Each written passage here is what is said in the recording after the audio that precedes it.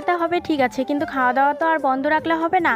তো আমরা তিনজন মাত্র মানুষ, তিনজন খেতে আমার যতটুকু রান্না করতে হবে দিনরাত মিলে ততটুকুই আমি রান্না করব। তো আমি তিনজনের যতটুকু ভাত লাগবে দিনরাত মিলে ততটুকুই আমি রান্না করছি, মানে একবারেই আজকে সমস্ত রান্না করছি। রাত্রেবেলা রান্নার আর কোনো ঝামেলা রাখবো না। তো প্রথমে ভাত করেছি, তারপর ভাবলাম যে সবজি তো অনেক কিছু আছে, কি রান্না করব না করব।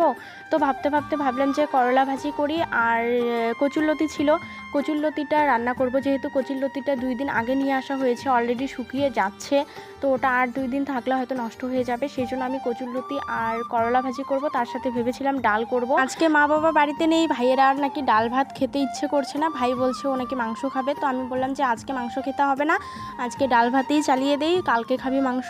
তো যাই হোক, সেই মতো আমি করলা ভাজি করছিলাম। আর ভাই কিন্তু একদমই করলা ভাজি পছন্দ করে না, আর এরকম মচমচে করলা ভাজি কিন্তু আমার খুবই ভালো লাগে।